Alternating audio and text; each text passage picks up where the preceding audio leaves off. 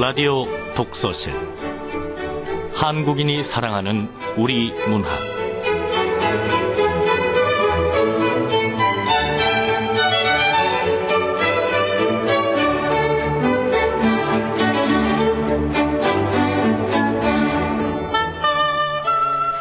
안녕하세요. 아나운서 김경란입니다. 조선시대 세종조 성균관 유생 최한경. 좌중 화원 꽃밭에 앉아서 단파 요엽 꽃잎을 보내 혜혜 고운 빛은 운하래의 어디에서 왔을까. 작작기화 아름다운 꽃이여 하피의 그리도 농염한지 사우길일 이렇게 좋은 날에 길일우사 이렇게 좋은 날에 군자지래 그님이 오신다면 운하지락 얼마나 좋을까. 네, 조선시대 세종대왕 시절에 성균관 유생 최한경이라는 유생이 쓴 한시입니다. 이 한시를 쓴 배경이 있다고 하죠. 이 선비는 어릴 적부터 이웃집 여인을 사모하고 있었고요. 그 여인을 그리는 마음을 이렇게 한 편의 시로 남긴 거라고 합니다. 요즘 시도 참 좋지만요. 이렇게 한시로 전하는 사랑의 노래도 참 좋네요. 근데요, 제가 읽어드리는 해석을 귀담아 들은 분들은, 어딘가 모르게 나칡다라는 느낌을 받았을 수도 있어요. 꽃밭에 앉아서 꽃잎을 보내. 고운 빛은 어디에서 왔을까? 아름다운 꽃이요. 그래요. 이종택 작사, 이봉조 작곡의 꽃밭에서라는 가사와 참 닮았습니다. 그래서 어떤 분들은 이 꽃밭에서가 조선시대 한시에서 유래가 됐다라고 하는 분들도 있더라고요. 어디에서 유래가 됐든 이 봄, 꽃소식이 정말로 들려오고 있습니다. 올해는 꽃소식이 좀 더 빨리 찾아올 거라고 하죠. 이렇게 좋은 봄날, 여러분들 마음에도 꽃물이 든다면 얼마나 좋을까요?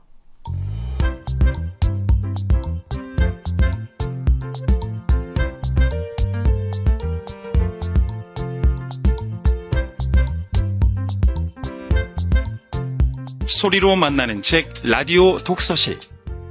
한국인이 사랑하는 우리 문학을 김경란 아나운서와 함께 만나봅니다.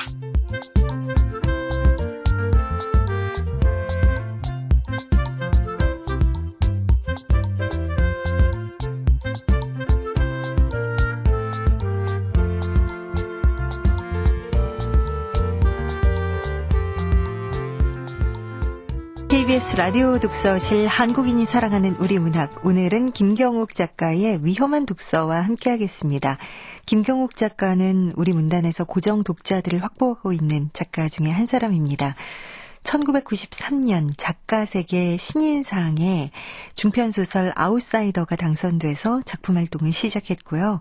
2004년에 단편소설 장국영이 죽었다고 로 한국일보 문학상을 수상을 했고 또 2008년에는 99%로 현대문학상을 수상했습니다. KBS 라디오 독서실 한국인이 사랑하는 우리 문학 김경욱의 위험한 독서입니다.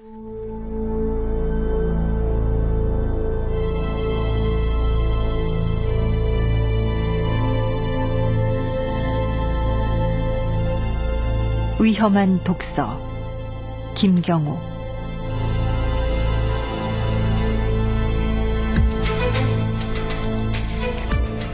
오늘 당신은 바쁘다. 당신의 안부를 궁금해하는 방문자들의 사교적인 글에 댓글 한 줄 남기지 못할 정도로 바쁘다.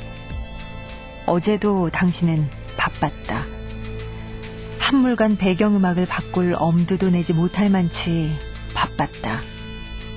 무엇 때문인지 그제도 당신은 바빴다. 당신의 근황을 짐작케 하는 사진 한 장 새로 올리지 못할 만큼 바빴다. 근거를 짐작할 수 없는 당신의 분주함은 사흘 전부터 시작됐다. 사흘 전이라면 중부지방에는 호우주의보가, 남부지방에는 호우경보가 내려졌단 날이다. 당신은 지금 어디서 무엇을 하고 있는가? 새로운 일자리를 구한 건가? 그렇다면 새 직장에 적응하느라 눈코 뜰 새 없겠지. 큰맘 먹고 적금을 걸어 해외여행이라도 떠난 것인가? 설마 헤어졌다는 남자친구와 함께 떠나지는 않았겠지. 손이 많이 가는 빵을 굽다 불에 대기라도 한 것인가? 당신 정말 바쁘기는 한 것인지, 당신의 미심쩍은 근황에 대한 공상에 잠겨있는 사이 창문 틈으로 들이닥친 비의 급습으로 책상 위에 쌓여있던 책들이 젖고 말았다.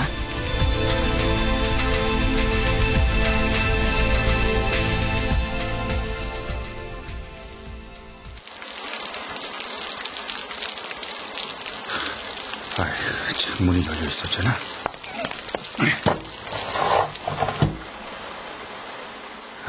이런, 책이 다 젖었네. 이 책은 서문조차 읽지 않은 새 책이고, 이 책은 오래전에 읽었지만 다시 읽으려고 책장을 빚어 일부러 꺼내놓은 책이고, 이 책은 당신이 빌려갔던 책. 책의 상태를 점검하기 위해 갈피를 조심스레 넘기다 붉은 얼룩을 발견했다. 사인펜이 비에 번진 것이었다. 나는 책의 밑줄을 긋지 않을 뿐더러 당신에게 빌려주기 전까지만 해도 없었으니 당신이 만들어 놓은 것이 분명했다. 당신을 탓하려는 건 아니다. 애당초 책을 빌려주겠다고 제안한 것도, 밑줄을 그어도 좋다고 한 것도 이 척이었으니까.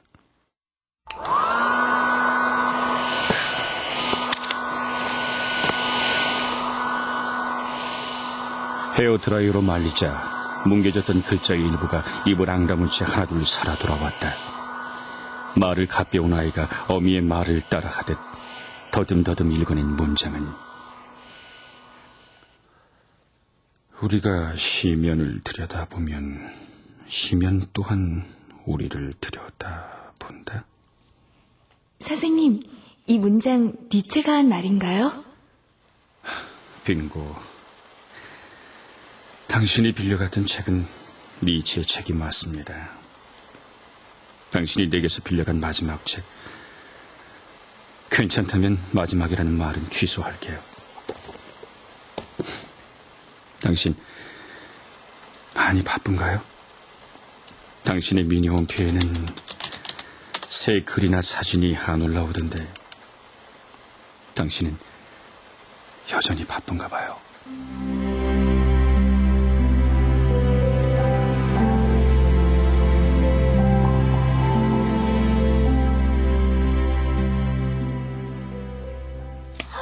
어머나, 음악치료사나 미술치료사 얘기는 들어봤지만 책치료사라는 직업이 있는 줄은 몰랐어요. 책은 무진장 읽으셨겠네요. 책치료사가 아니라 독서치료사입니다. 독서 치료사라. 요즘 읽을 만한 책은 뭐가 있어요? 돈 내고 물으세요. 예? 돈이요? 네, 저는 독서치료사고 요즘 읽을 만한 책이 궁금하다면 돈 내고 물어보세요. 아이고. 네. 근데 독서치료사는 무슨 일을 하세요? 저는 책으로 마음의 병을 어루만지고 치유하는 사람입니다. 의사가 환자를 진단하고 처방하듯 나는 비상담자의 심리 상태를 체크한 뒤에 도움이 될 만한 책을 추천하죠. 책으로 마음을 치유할 수 있나요? 세상의 모든 약효의 80%는 플라시보 효과죠. 플라시보 효과. 네, 플라시보. PLACBO. 플라시보 효과.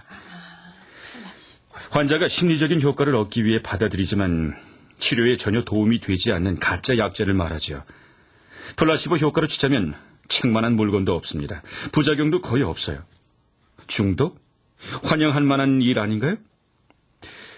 두 분에게도 요즘 읽을 만한 책을 알려드릴까요? 아니면 여러분에게 맞는 책을 추천해드릴까요? 아유, 돈 내야 된대잖아. 여보, 가자. 나와. 저 다음에 다시 오겠습니다.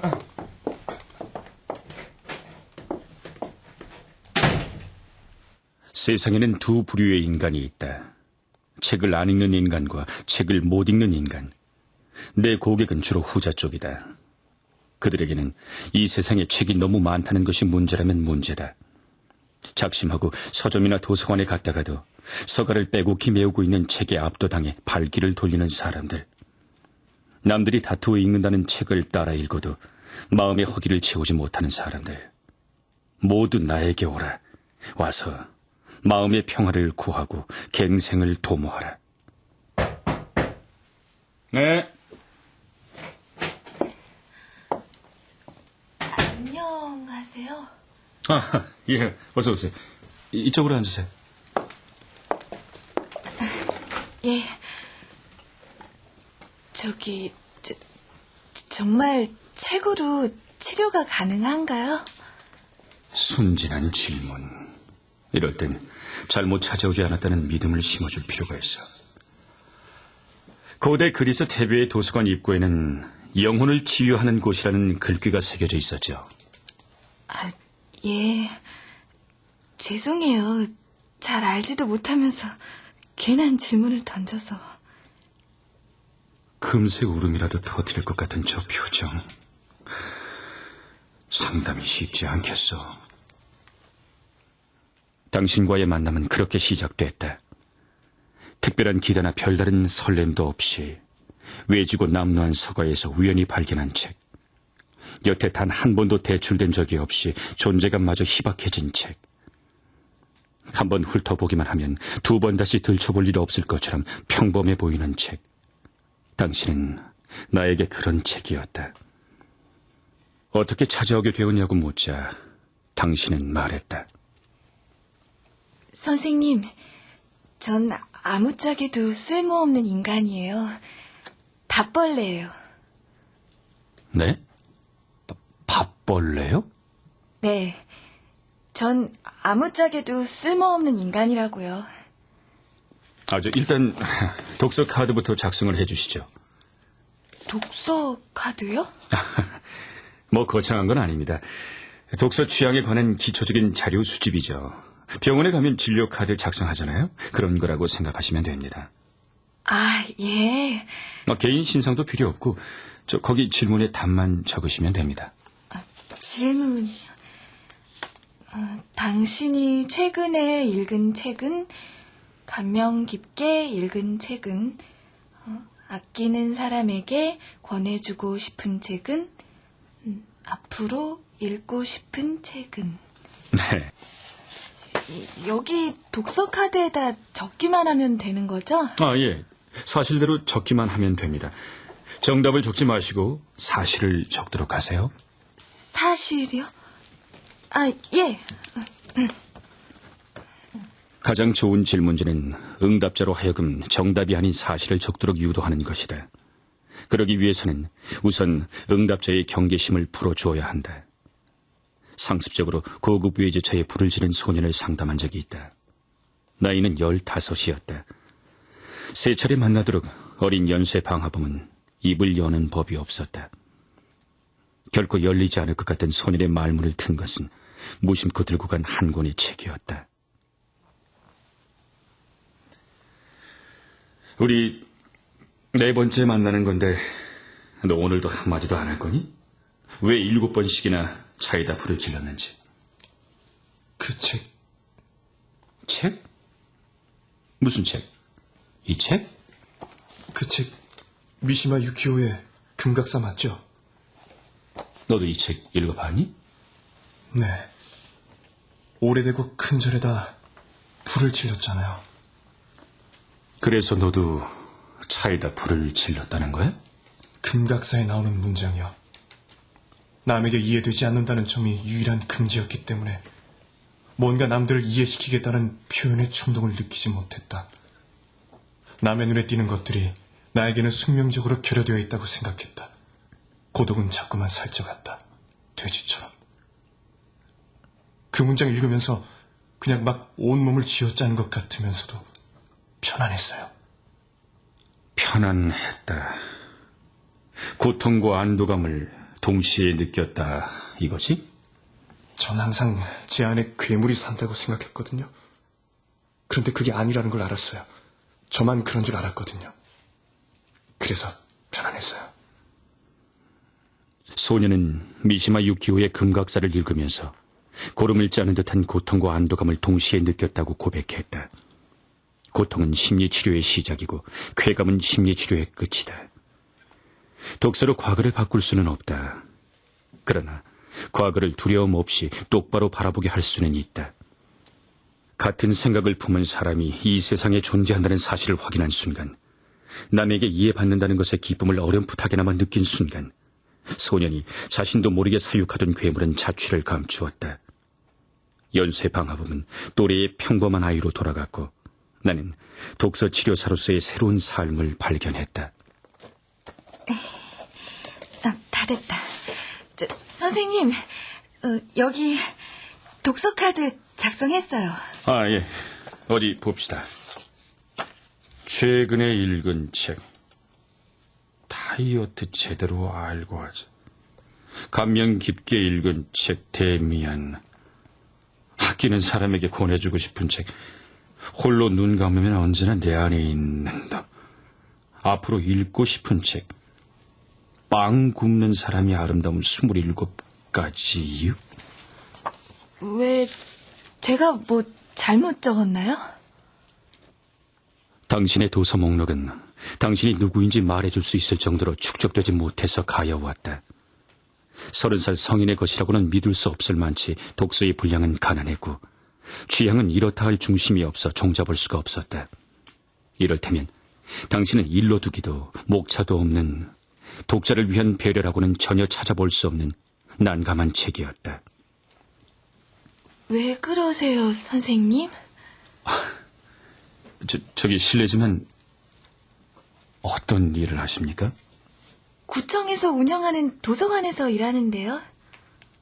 뭐? 도서관? 전 어떤 책을 읽으면 좋을까요?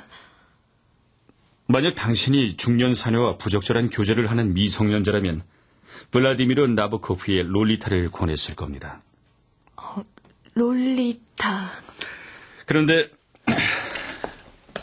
차 한잔하고 계속하죠.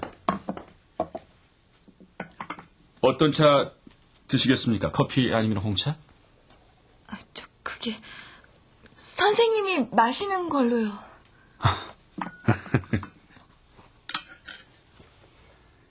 당신은 여러모로 읽어내기 쉽지 않은 책이었다. 서툴게 번역된 책처럼 문장은 아리송했고 문맥은 요령부득이었다. 고맙습니다.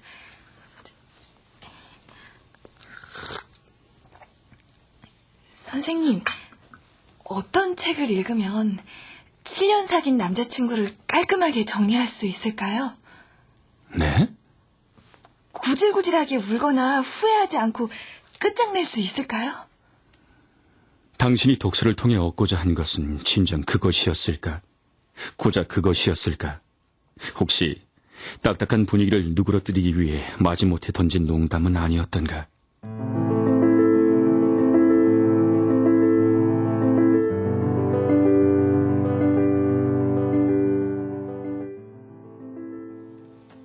선생님, 책은 어떻게 읽는 게 좋을까요? 현명한 독자가 되고 싶다면 독서를 통해 교훈 따위를 찾아낼 생각은 일찌감치 접으세요. 독자로서 필요한 건 계몽이 아니라 공감이니까요. 만약 강박증이나 외상 후 스트레스 장애에 시달린 적이 있다면 대실 해밋의 몰타이 매를 읽어보면 공감을 할 겁니다. 그 책에 강박증이나 스트레스 장애에 대한 얘기가 나오나요? 물론이죠. 대략 이런 얘기입니다. 성공한 부동산 업자가 있습니다. 아내와 두 자녀와 함께 부족함이 없는 삶을 꾸려갔죠. 그런데 어느 날 그 사내가 사라져버렸어요. 아니, 왜요? 금전 여자? 모두 깨끗했습니다. 그래서 가족들은 사립 탐정에게 사내를 찾아달라고 의뢰를 했지요. 탐정은 결국 사내를 찾아냅니다. 사내는 탐정에게 자신이 왜 사라졌는지를 설명했습니다. 공사 중이던 건물의 철골이 사내 바로 앞에서 떨어졌다고 했어요. 사내는 애써 일군 자신의 삶이 우연히 떨어진 철골에 의해 끝장날 수도 있다는 사실에 충격을 받았고, 그래서 모든 것을 버리고 훌쩍 떠난다고 했습니다. 곳곳을 떠돌던 사내는 어떤 여자를 만나 정착하고 다시 결혼해 살게 된 거죠. 다시 결혼을 해요? 사내는 탐정에게 새로운 삶에 만족하고 있으니 자신을 못 본 걸로 해달라고 부탁을 합니다. 그러나 사립 탐정의 눈에 사내는 예전과 비슷한 삶을 살고 있는 것처럼 보였다는 게 이 책의 줄거리입니다. 강박증이나 스트레스 장애에 시달리는 사람들은 사내의 행동에 공감을 하죠. 나빴어요. 예? 아내를 버리고 말도 없이 떠나버리다니. 사랑한다면 절대 그러면 안 되죠. 철골이 다시 떨어지면 또 훌쩍 떠나야겠네? 그 사내는 떠날 구실을 찾고 있었던 것뿐이라고요. 당신의 관심은 오직 사내가 불쑥 떠났다는 사실에만 집중되었다. 사내의 행동을 비난함으로써 당신이 드러낸 것은 기왕의 것에 대한 집착이었고, 감추고자 한 것은 결별에 대한 두려움이었다. 죄송해요, 선생님. 상담받으러 와서 제가 좀 흥분했네요. 남자친구와 정말 헤어지고 싶은가요? 그게... 남자친구와 헤어지기 위해 나를 찾아왔다는 당신의 말은 어쩌면 농담이 아닐지도 몰랐다. 가엾고 측은한 당신. 그렇다면 당신의 문제는 남자친구와의 관계에서가 아니라 남자친구를 정리하기 위해 나를 찾아왔다는 사실에서 찾아야 할 것이다. 시시할 것이라는 지레 짐작과 달리 당신이라는 책이 흥미로워지기 시작했다. 그래봤자 직업상의 흥미일 뿐이지만.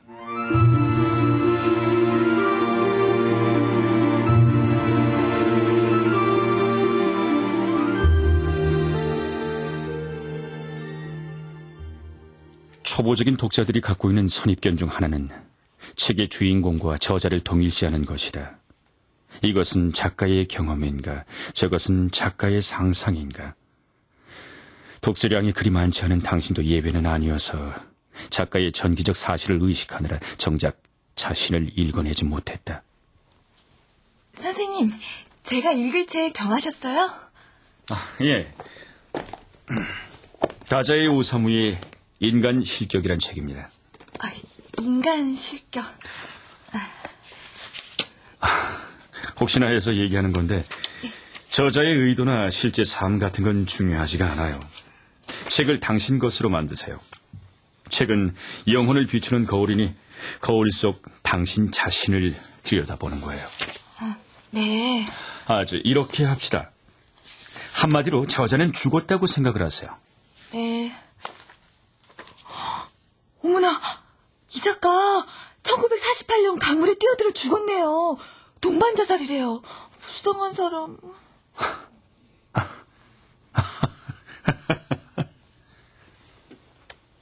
당신은 어느새 책말미의 작가 연보의 콜을 받고 있었다. 어수룩한 당신. 전통적인 독서법의 영향력은 질기고 집요했다. 선생님, 잘 읽어볼게요. 다시 한번 말하지만 작가와 작품을 동일시하지는 마세요. 그리고 그 책을 읽다 보면 많이 놀라실 겁니다. 아니, 왜요? 주인공도 동반자살해요? 그게 아니라 문장이나 고백이 적나라하거든요. 타인의 은밀한 몸짓을 훔쳐본 것처럼 부끄러워질 수도 있다는 얘기입니다. 네. 잘 읽어볼게요. 그럼 선생님, 저 다음 주 이 시간에 뵙겠습니다. 잠깐만요. 저도 나갈 일이 있어서요. 예? 같이 나가시죠.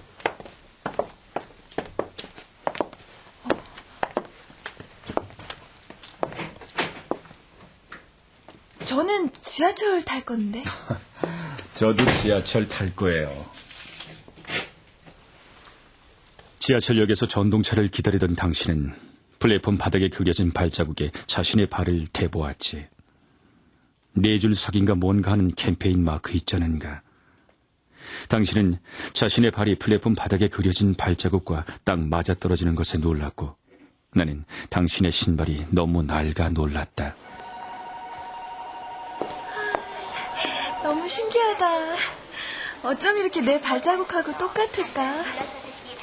저 신발이... 많이 낡았죠? 선생님 전요. 새 신발은 어색해서 싫어요.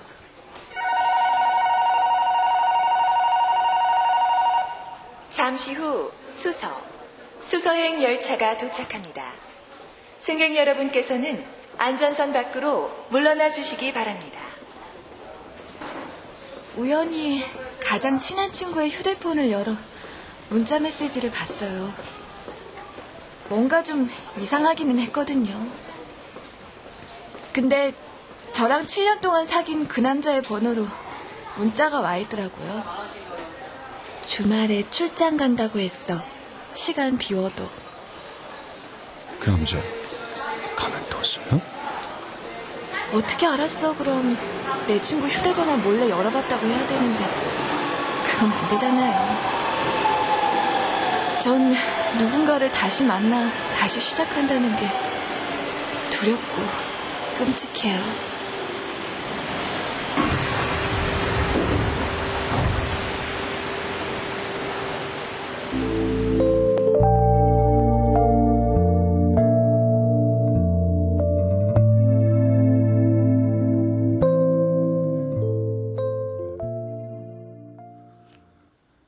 당신은 나에게 어떤 책이었을까? 당신이라는 책은 알베르 까뮈의 이방인처럼 첫 문장부터 독자를 긴장하게 하는 타입은 아니었다. 호사스런 장정으로 독자를 압도하거나 자극적인 사파로 독자를 현혹하는 책도 아니었다. 별다른 기대도 이렇다 할 사전 정보도 없이 무심코 읽기 시작한 책일 뿐이었다.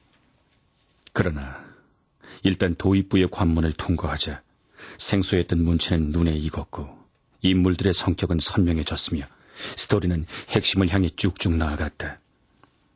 당신은 더 이상 독자를 마음 불편케 하는 책이 아니어서 이렇게 속삭인다. 나를 읽어봐. 주저하지 말고 나를 읽어봐. 순진한 당신의 속삭임은 차라리 외설스러울 지경이었다. 나는 꼼꼼하고 조심스럽게 당신을 읽는다. 당신은 딸만 셋이던 집에서 넷째로 태어났다. 대를 이을 아들에 집착했던 당신 아버지나 할머니에게 당신은 달갑지 않은 존재였다. 축복받지 못한 출생, 적대적인 아버지. 걸음마를 시작할 무렵 당신은 외가에 맡겨졌다. 사실상 유배나 다름없었을 테지. 어쩌면 당신의 잠재된 분노는 당신의 아버지가 아니라 어머니를 향하고 있는지도 몰랐다. 두 번째로 권해주신 이 책, 아니 에르노의 아버지의 자리에 이런 구절이 있더라고요. 나는 집에서는 한 번도 웃지 않았다. 혈연관계에 있는 모든 것, 나와 관계 깊은 모든 것이 낯설게만 여겨졌다. 이 문장이 계속 남아요. 이번 주에 읽을 책은 사양이라는 책입니다. 다자이 오사무가 쓴 작품이네요? 네, 인간 실격을 쓴 다자이 오사무의 또 다른 작품이죠. 그리고 책 읽을 때 명심할 것. 작가와 주인공은 다른 존재다. 알죠? 네. 책을 읽는 순간만큼은 내가 작가다. 네. 다행히 이번에는 주인공이 여성이었다. 몰락한 귀족의 딸이 파경을 겪은 후 처자식에 딸린 작가에게 구애한다는 내용이었다. 불행한 삶의 조건을 숙명으로 받아들이는 전통적 여성상을 거부하고 새로운 윤리를 적극적으로 모색하는 주인공을 당신은 마음에 들어했다. 사랑하는 남자의 아이를 낳아서 혼자 키우겠다는 가즈코의 용기가 대단해요. 저라면 엄두도 못 냈을 텐데. 아니다. 저 같았으면 결혼하지 않은 채 아이를 갖는 일은 없었을 테니 이런 가정 자체가 무의미하겠네요. 당신을 읽는 일은 점점 흥미진진해졌다. 당신은 이제 책 속의 인물에 비추어 스스로를 바라보게 된 것이다. 언제부턴가 나는 당신과의 상담을 흥분 속에서 기다리게 되었다. 선생님, 사양에 나오는 우애하라의 우유부단한 성격은 비난받아 마땅해요. 사랑하는 여자와 자신의 아이를 부정하다니. 가즈꾸는 어때요? 낡은 도덕의 희생양이죠. 희생양은 죄가 있어서 처형되는 게 아니라 처형되기 때문에 죄가 있는 것 아닌가요? 놀라운 발전인데요? 탈무드에 이런 얘기가 있더라고요. 어떤 사람을 벌하는데 모든 사람이 동의한다면 그를 풀어주어라. 그는 무고한 자임에 틀림없으니. 우와! 어떤 책에 대해 말하기 위해 다른 책을 언급하다니, 당신 훌륭한 독자가 되어가고 있어요? 그래요? 그래서 제가 상을 하나 준비했습니다. 상이요? 잠깐만요. 이거요. 구두잖아요. 제가 그렇게 불쌍해 보이던가요? 내가 기대한 반응은 이게 아닌데. 환하게 웃으면서 제 발 사이즈는 어떻게 아셨어요? 그럼 난 당신을 읽는 것은 나의 즐거움이죠. 이렇게 대답하려고 했는데. 제가 불쌍해 보였나요? 아니요, 그게 아니고요. 저 와이프가 한 번 신고 신발장에 처박아둔 건데 버리기엔 너무 아까워서요. 와이프가 신발 가게만 보면 그냥 지나치질 못하거든요. 그렇구나. 어쩜 사모님 발 크기가 저랑 똑같네요.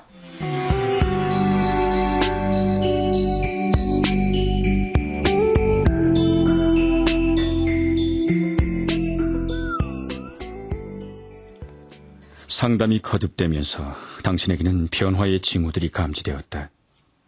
죽은 데 누워있는 당신의 욕망이 비로소 기지개를 켜는 것이었을까? 당신의 표정은 밝아지고 풍부해졌으며 상대의 시선을 외면하며 마르는 버릇도 사라졌다. 검정 일색이던 당신의 옷차림도 울긋불긋해졌다. 내가 선물한 구두를 신고 나타났을 때 당신은 더 이상 나를 처음 찾아왔을 때의 당신이 아니었다. 아내가 몇 번 신고 처박아둔 것이라는 나의 말을 당신은 고지곧대로 믿었을까? 당신은 날로 화사해져 갔다. 선생님 안녕하세요. 어서 와요. 차 마실래요? 저는 블랙커피 마실게요. 네.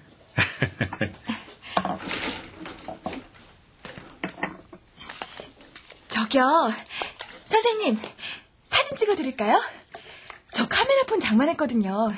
500만 화소라서 웬만한 디지털 카메라보다 성능이 좋아요. 카메라폰을 장만한 건 얼마 전에 미니홈피를 오픈했는데 너무 썰렁해서요. 벌써 이걸로 찍어서 몇 장 올렸어요. 앞으로는 더 많이 올려야지. 어떤 사진을 올리고 싶어요? 내가 구운 빵을 올릴 거예요. 빵도 구울 줄 알아요? 며칠 전부터 제빵학원에 다니기 시작했거든요.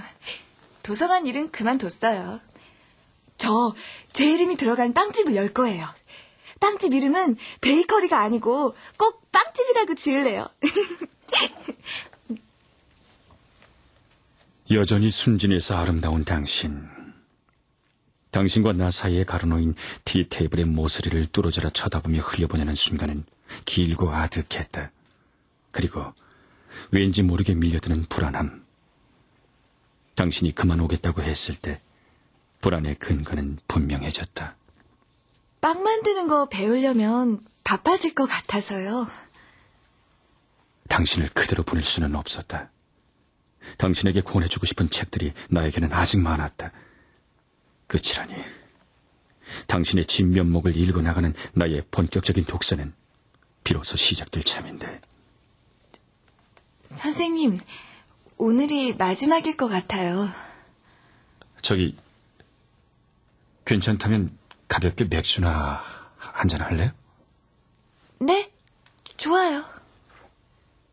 엉겁결에 뱉은 말이었는데 당신은 뜻밖의 선선히 응했다.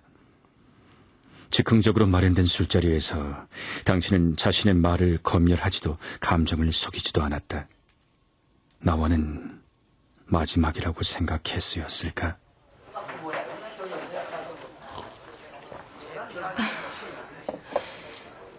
그 남자하고 7년 사귀는 동안 한 번도 잔 적이 없어요.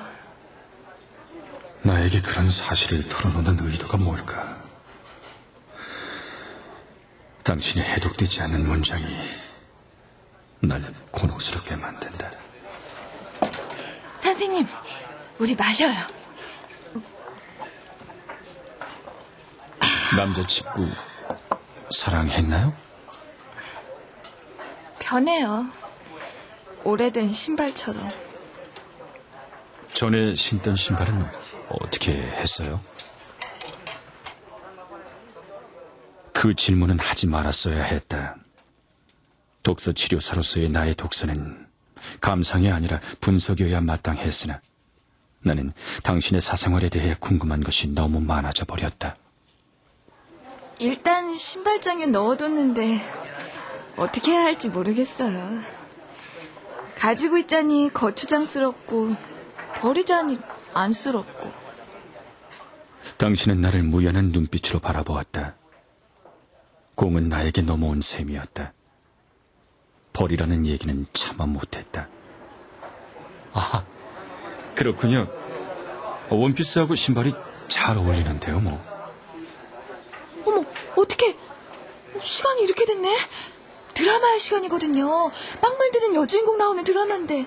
저기요, 재방송 보시면 안 될까요? 요즘은 인터넷으로도 다시 볼 수가 있다고 하던데.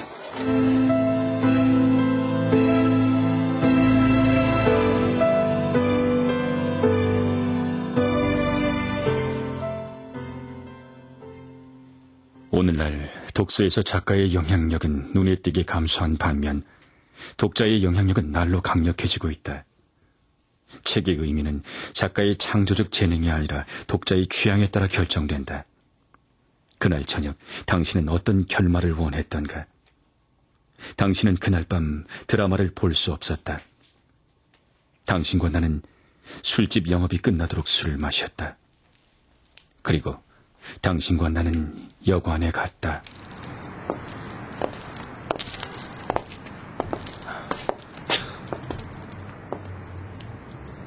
좀 쉬었다 갈까요?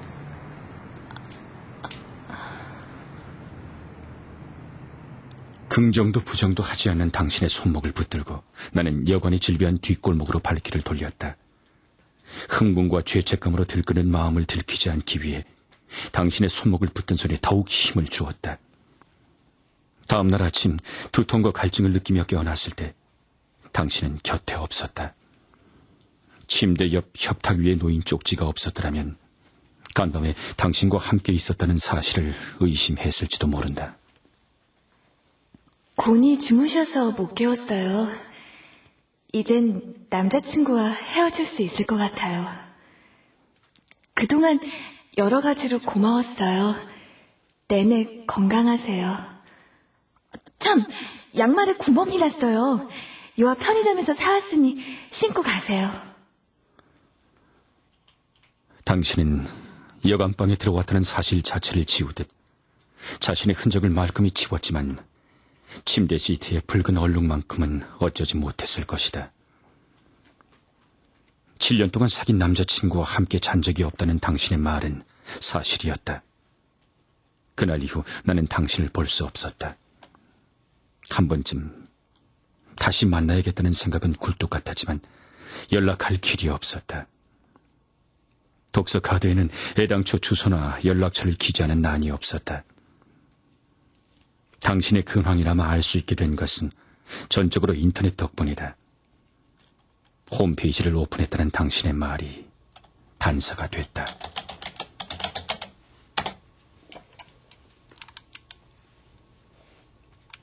당신은 열심히 빵을 굽고 있었다. 바게트나 베이글처럼 귀에 익은 것들부터 로제타나 사바랭처럼 듣도 보도 못한 것들까지. 사진 속에서 당신은 자신감이 넘쳤고 행복해 보였다. 일상에서 느끼는 감상을 거리낌 없이 적어 올리기도 했다. 예전의 당신이라면 상상도 못할 일이다. 당신을 상담할 때보다 나는 당신에 대해 더 많은 것을 알게 된 기분이다. 다시 당신을 읽을 수 있게 된 것이다. 당신은 여전히 나의 책이니 빵을 굽느라 텔레비전 드라마를 시청하느라 새로운 남자를 만나느라 바쁘더라도 사진을 올리고 일상을 짐작케 하는 글을 쓰고 배경음악을 바꾸는 데 게을러서는 안 된다. 당신의 근황이 늘 궁금한 나에게는 두려운 문장이 하나 생겼다. 최근 2주간 새 게시물이 없습니다.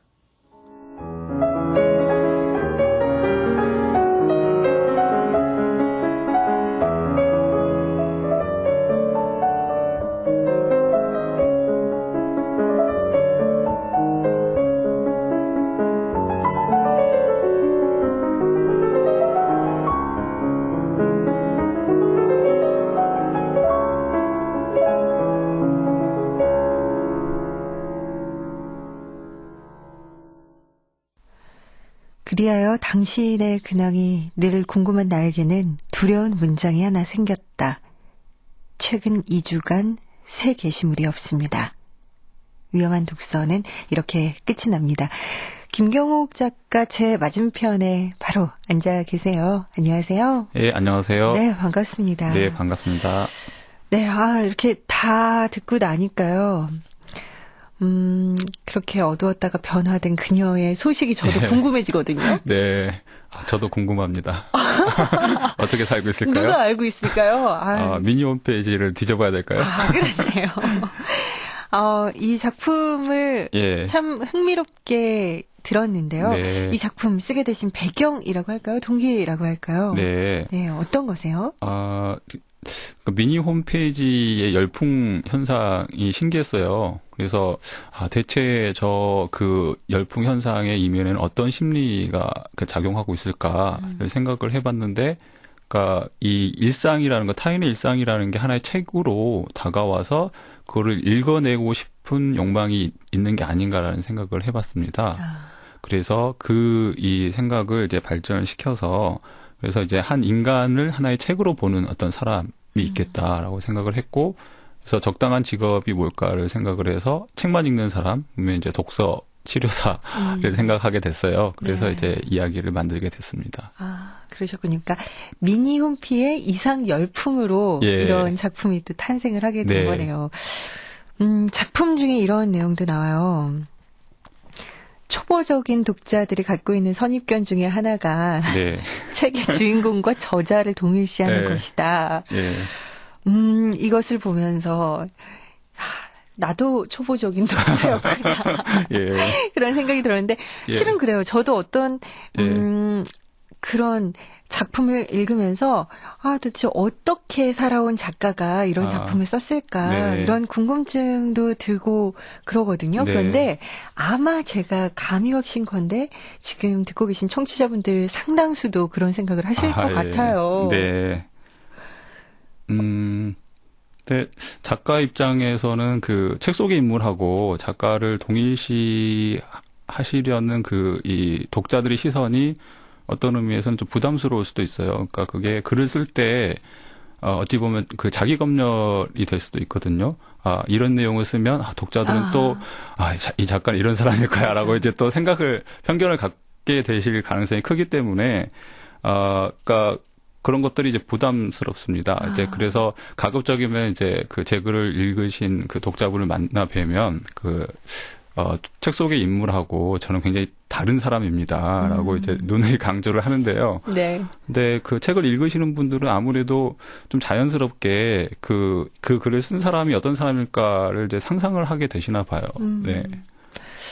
그냥 뭐 파격적인 소재를 사용했다. 아니면 뭔가 굉장히 막 정말 충격적인 것들을 다뤘다 그러면 저분은 정말 좀 그런 것들에 대해서 내성도 강하고 막 그런 분일 거야라는 생각이 사실 딱 뵈면 혹시 그런 분이실까라는 생각이 잠시 드는 건 사실이지만 어떻게 보면은 그 작가에 대해서 관심을 갖는다는 건 그만큼 그 작품에 대해서 굉장히 나에게 다가오는 바가 컸기 때문일 수도 있으니까요. 그거는 어떻게 보면 독자들이 가질 수 있는 즐거운 그 호기심의 영역이니까 너무 이렇게 부담스러워하지 마시고요. 독자분의 자유니까요. 그렇죠.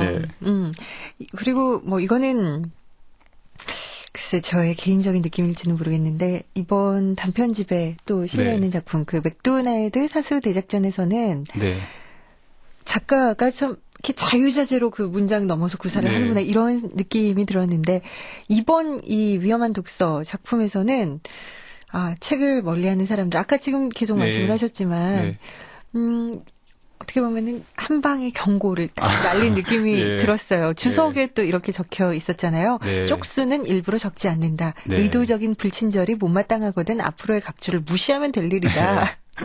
목마른 자 우물을 팔 것이니 만에 하나 정확한 출처가 궁금하다면 해당 책을 찾아서 첫 문장부터 읽어볼 일이다.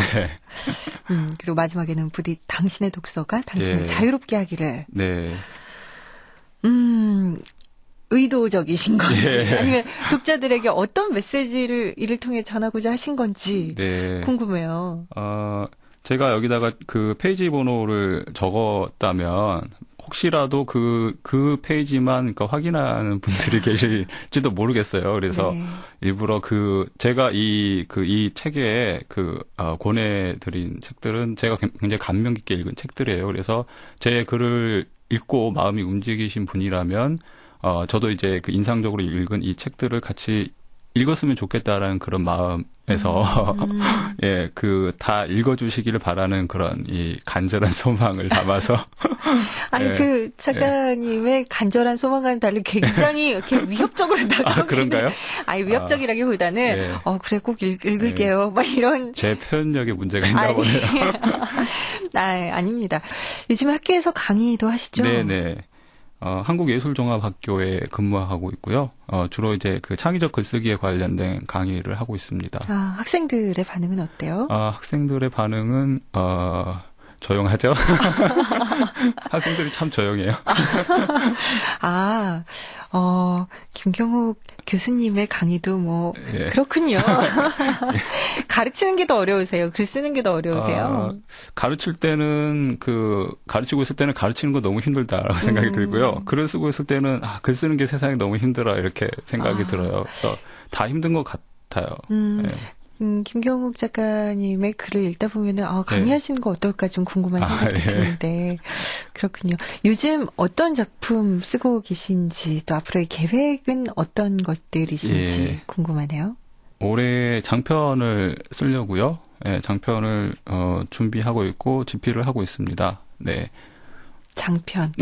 모든 작가분들이 나와서 장편이냐 중편이냐 단편이냐만 얘기해 주시는 경향이 있으시더라고요. 제가 뭐 자세한 소재나 아니면은 어떤 내용인지에 대해서는 작품을 기대할게요. 알겠습니다. 다음 작품도 저희가 기대하고 있겠고요. 바쁜 중에도 이렇게 나와주셔서 정말 감사합니다. 고맙습니다. 지금까지 위험한 독서 김경욱 작가와 함께했습니다. 그 사람이 읽는 책을 보면 그 사람의 성격을 자연히 알 수 있다. 차몬드. 사람은 책을 만들고 책은 사람을 만든다. 신용호.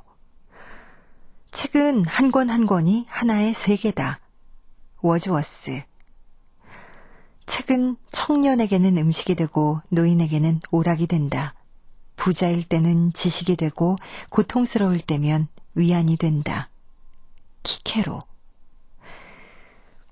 독서가 얼마나 중요한지는 이런 명언들을 빌리지 않아도 다들 알고 계시죠. 흔히들 가을을 독서의 계절이라고 하지만요. 여러분들이 책을 가까이 하는 그 순간이 바로 독서의 계절이 됩니다. 지금까지 김경욱 작가의 위험한 독서 편, 음악 최현석, 효과 안익수, 노동걸, 김기평, 기술 이흥규, 극본 서현희, 제작 박기환, 장효선, 진행의 김경란이었습니다.